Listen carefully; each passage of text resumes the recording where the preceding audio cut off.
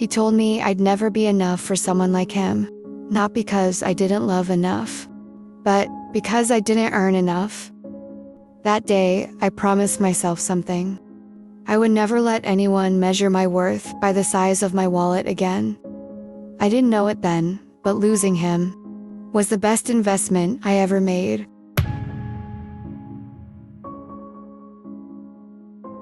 I met Ethan during my first week as a barista. He came in every morning, tailored suit, gold cufflinks, wristwatch that probably cost more than my rent. He always ordered the same thing: black coffee, extra hot, no sugar. He looked like the kind of man who had his life figured out. I was still figuring out how to afford groceries. Still, he smiled at me. He'd linger by the counter, ask how my day was, tell me stories about marketing campaigns and luxury clients. His world sounded so far from mine, but I wanted to be a part of it. When he finally asked me out, I said yes without thinking twice. A guy like him, choosing a girl like me, it felt like something out of a movie. For months, I did everything to make it work. I saved half my paycheck just to afford dinners he liked. Restaurants where I'd pretend to be comfortable, even though the bill made my stomach twist. I laughed at jokes I didn't understand. I nodded when his friends talked about stocks, yachts, and holidays in Paris. I thought if I loved him hard enough, maybe he'd love me past the difference. But love built on imbalance always tilts eventually. It happened one night. He invited me to a dinner with his colleagues. Everyone looked perfect: silk dresses, diamond watches, conversations that sounded rehearsed. When I sat down, I could feel their eyes on my thrifted dress. One woman whispered, "Oh, that's cute. You work in a cafe, right?" Then they all laughed, like my job was the punchline. Ethan didn't say a word. He just smiled awkwardly and said, "Yeah, she's simple." That word sliced through me. On the drive home, I stared out the window, waiting for him to say something. Finally, I asked, "Are you ashamed of me?" He sighed. "Mia, you wouldn't understand. My career depends on image. I can't have people thinking I'm settling." The next morning, he blocked me. No message, no closure, just silence. And that silence was louder than any goodbye. For weeks, I was a ghost in my own apartment. I cried until the tears stopped meaning anything. I couldn't eat, couldn't sleep, couldn't even make coffee without remembering him.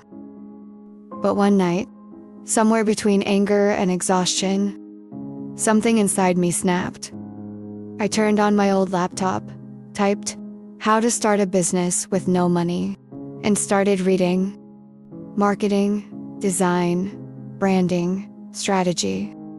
All the things Ethan used to brag about, knowing I would learn for myself. I started freelancing, small social media jobs, logo designs, anything. The pay was barely enough, but it was mine. Every mistake taught me something. Every rejection built my skin a little thicker. And every night, I whispered to myself, "Someday, you'll thank him for this pain." 2 years later, that's how long it took for my tears to turn into fuel. I registered my own company, Luna Creative Agency. It started in my tiny apartment with a secondhand laptop and a dream that didn't fit my space. I worked 18-hour days. I pitched clients who laughed at my small portfolio. I failed more times than I can count. But slowly, people started to notice my work. A small cafe chain became my first official client. Funny, right? From there, it snowballed. More clients, more projects, more proof that I was finally building something real. And then, one morning, an email arrived. The subject line, "Partnership Opportunity," Gray and Co-Marketing. The sender's name stopped me cold. It's Ethan Gray. The same man who told me I wasn't enough. Now, his company wanted my agency's help with their biggest campaign of the year. I just sat there and smiled. The universe really has a sense of humor. Then I clicked accept meeting. The morning of the meeting, I wore a white suit, not flashy, just strong.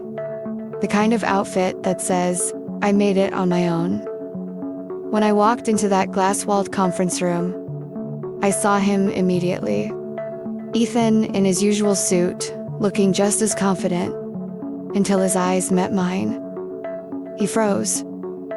He whispered, "Mia." I smiled politely. "Good morning, Mr. Gray. I'll be leading this project."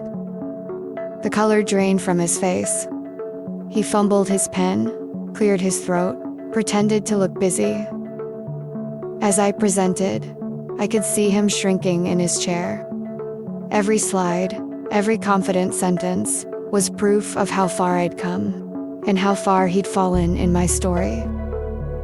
When it ended, his boss stood up, shook my hand, and said, "Excellent work, Miss Alvarez.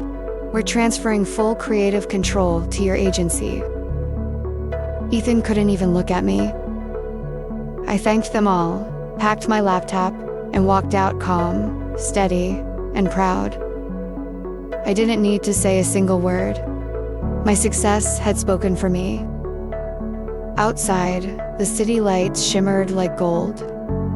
For a moment, I just stood there, breathing, remembering. I thought I'd feel vengeance, but what I felt was peace. Ethan had once told me I wasn't good enough, but what he really meant was that I wasn't small enough to stay beneath him. He taught me my most painful, beautiful lesson, that love without respect is poverty, and that the richest thing you can ever own is self-worth. So no, I didn't just become his boss. I became the woman he could never afford to lose. If you've ever been made to feel less, remember this. You are not what they think you lack. You are what you choose to build. Pain isn't the end of your story. It's the plot twist that leads to your rise. Thanks for staying till the end of the story. If you enjoyed it, give this video a thumbs up and let me know your thoughts in the comments. Got your own story to share? Type it below, I might feature it next time. And don't forget to subscribe so you'll never miss the next chapter.